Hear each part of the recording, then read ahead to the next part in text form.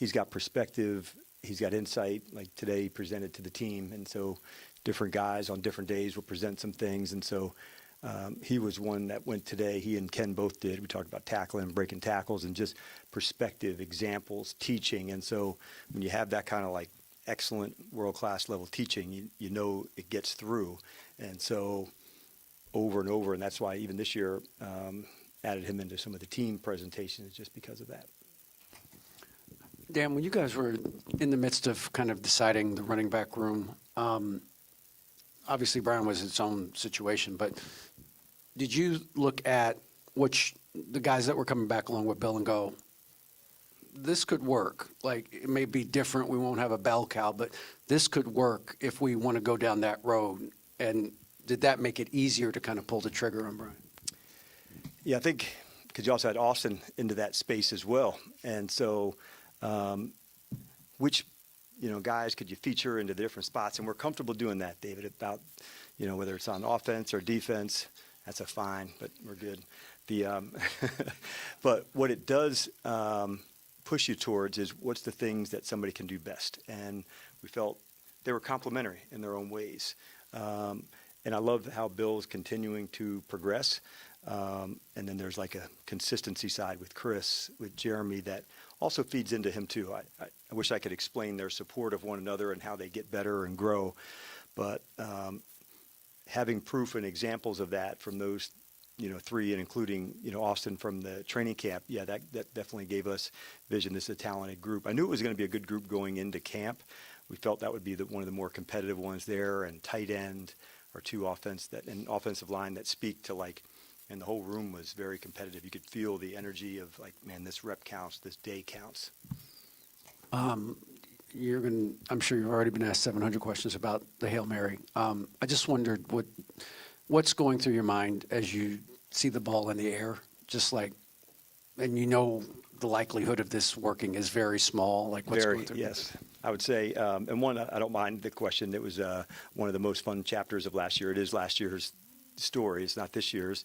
But probably like most of us, there's the longer a scramble goes on a Hail Mary, at least the ball is going to get off. So you're not looking down the field too early, but to make somebody miss, you're waiting, and then probably like most of us, a collective gasp. And so I don't know if there was a lot of activity in that little space in between from he's going to get it off to the catch. I think everybody just shit, and you're waiting and not knowing, and so that's probably the space that I was at. But it's a play that's also, and I think Aaron Rodgers probably been one of the best that I've seen going against it, of buying time, when to go, how high you have to throw it to create trajectory to go down, because you have to have time for the players to get down the field so far. So it's something that the guys work on, but yeah, it was rare and fun and all those things. Hi, Coach. On the same topic, when you're helping the guys prepare this week, how much do you talk about that play and the end of that game versus recognizing Chicago's a different team this year and you have a whole different week of preparation ahead? Yep, that was the first I talked about it right there. You haven't adjusted with the team at all? Zero. Do you plan to? None. Gotcha. That's all I had. Yeah. Thanks. It's last year's story. It was awesome. We loved it. But it doesn't apply to this week's game at all unless we get into that exact scenario and that exact situation. So then we can talk about it. But until then, we got a lot of stuff to get better at and work on to get ready. Let's go to Barry on the right. Not that play specifically, but Jaden's ability to extend plays, get out there, keep things alive. How does that have an impact on the offense as a whole, knowing, the next play could be a big play? Yeah, that's where some of the explosives come from. I was pleased to see Barry in some of the plays. We didn't complete one in the end zone, but he remained a passer and did a nice job of ripping one down into the end zone at LA. And so that's a big deal. When do I take my shot to go? When do I remain a passer? And as long as you're staying with your eyes downfield and being aggressive, they have to stay back, which allows some scrambles to take place, because if they do, you can rip it. But we do practice it. Just like you practice many other things. Sometimes we've done this route against this coverage. Now it's time to get outside the pocket, and the second play would begin. So it is something that we practice. It's not, 5 or 6 times in a practice, because it's an off-schedule play, but you do have to practice it. And there's certain routes that come from that play and where we would go, but it does take work. And with somebody, who's athletic as he is, you can see why I'll just run for it, and knowing that there's actually a bigger one, on the other side of it. Yes. Saw that Sam Cosme last week was a full practice participant, but ultimately didn't play. I guess what's the next step for him to be able to get over that final hump? He did a lot of reps last week. We practiced him 2 days because we left, and he stayed back. So he'll get the full week of practice. He'll work both scout team and, with the offense. So we're not putting any space other than just go play and get your technique right and allow his eyes to trust that. He's put himself in a good spot with all the work that he's done, but I'm just going into the week with fresh eyes. We did the walkthrough today, got reps there. He's getting reps in the practice today. So let's just see where it goes. The padded practice tomorrow, that's a big factor. That'll be his first time doing that as well. You've had Chris Paul and Andrew Wiley playing well at guard the last couple of weeks. I know they're playing different spots, but are they sort of in competition with each other to determine who's going to be the other guard starter besides Cosme? Yeah, I would say there's competition all the time, but as we're going into it, let's wait till he gets back and gets going. I think that's more appropriate for it, because even then, how much are we going to go right when he does get back? So I think we got some time to work through where we want to get to there. There's been obviously moving parts, injuries, things like that, especially on offense. Debo's been available and seems to just produce week in and week out. How much has he meant through the first 5 weeks to your success? Yeah, he's meant a lot. I think it's the competitive nature also that he brings. I think we've all seen him, different ways he can be featured. So he's from kick returning, he's done it out of the backfield, catching, down the field routes. So I'm pleased with the trajectory that he's headed. The next steps, different spots, different locations, and so he's making all the right moves for us. And so we just want to keep him on this trajectory and where he's at and how we're going. But it's the competitive nature that he brings into the play. Sometimes there was a screen the other day that, could have been 2 yards gained. And I think it ended up being 8 just by the sheer force and nature that he entered into the tackling. And so plays like that, they may not show up big on the stat sheet, but they just convert into the next one and into the next one. And so he's had a lot of those so far. Dan, Dorrance Armstrong has had a really strong start to the season. He's already duplicated his sack total from last year. He has 5 sacks. What's made him so effective this season? I think he's got versatility, that he's able to work more this year inside, outside, different spots, knowing when to take a shot. And so that's a big piece for us. The addition of Vaughn and Jacob, and where we can feature him and Luvu and how we do it. So I think it's allowed his ability to match up on guards, be out on both sides. So just the versatility that he can play a number of spots, I think that's the big reason to it. And since you've arrived, you guys have played really well at home, and you have another opportunity on Monday, primetime game, national spotlight. How much of a point of emphasis when you arrived is to kind of protect home field, kind of feed off the crowd, create an environment where it's going to be a tough place to play for anybody? Yeah, we want that. We've got to demonstrate that to the fans, and make sure they know how hard we want to play for them, and in return make it such a loud environment that it can be challenging and they can affect the game with snap counts and other things that go into that. So it's definitely something that we don't take for granted, and that's why we're so pumped to be back home after a couple weeks on the road, to get back at Northwest and get rolling with everybody. Hey, good afternoon, Coach. Good afternoon.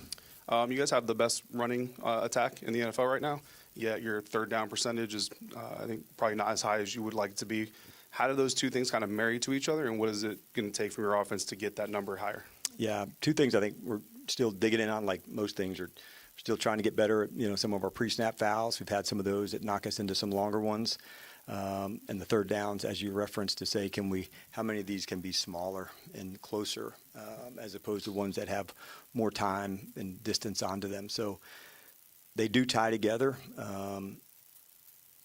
When do we, the thirds that are medium compared to thirds that are long, and so those are definitely ones that do tie together. But it's definitely, as we talked about, our leveling up. That's one of them. And as a coach, you get to spend more time on some certain areas, and how do we affect that both ways? And so third downs, I think, a big piece for us. And in Chicago, that's one of the things that they do excellent. And then just any updates you might be able to provide on Brandon Coleman, kind of how he's moving along behind the scenes? Yep, I was pleased to see the practice out of BC last week, what he did, how he played, and then we'll go back through the whole thing again. But I thought he threw a really good week last week, and it's a good group that we have, and so it is high competition, and we'll continue to play it out. But I was pleased with what I saw last week, and we'll head that into this week as well.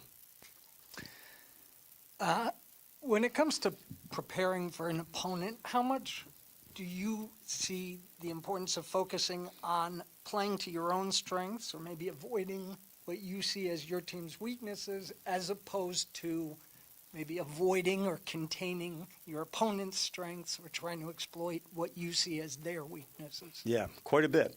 And I think you want to talk a little bit like counterpunching, where are we strong? Where do we go? Where do we take our shot? Where do we have to protect yourself if you're vulnerable in an area? So the way that we go about it is talking to the team. There's a way that you want to go win every game. And these are the important factors in this game of things that you want to emphasize or do, not differently, but there's some things that you may want to emphasize.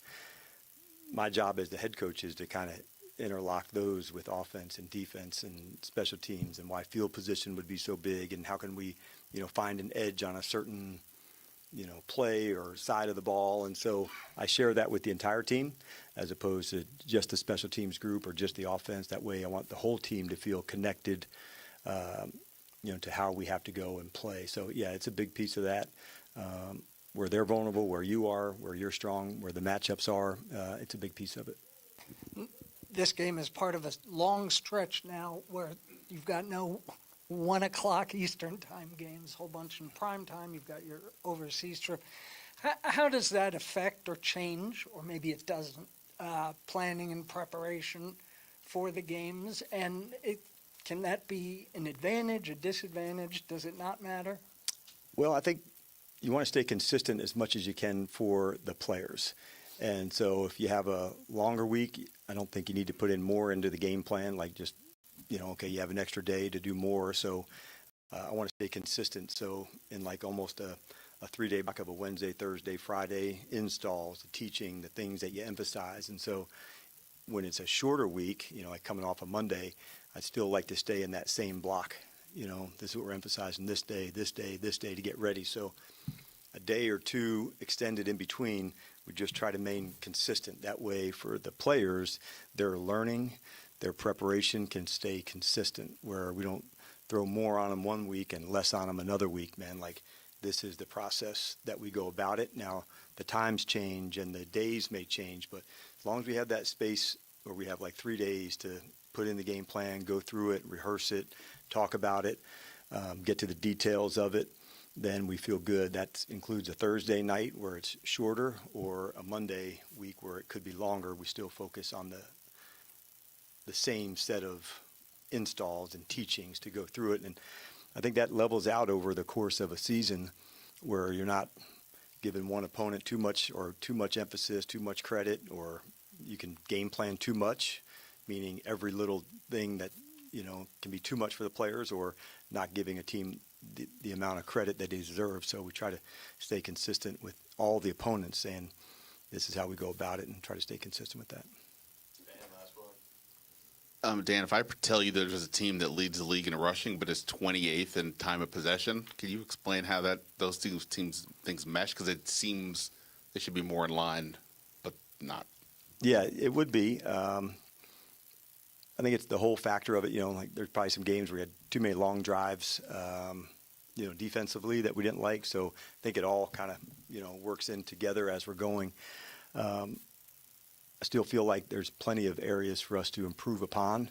Third downs would be a big part of that as well, Ben, because obviously now there's some punts and some things that end some drives. So I think that's probably the closest correlation. When you're playing really well on third down, you have, more extended drives. If you're really effective on first and second downs, you could actually have less third downs, and you're just maintaining the ball. So we've got plenty of work to do on third down, but I would say going in, that could be one of the, the topics. All right. Thanks, Coach. Appreciate it. All right. Thank you, guys. Have a good one.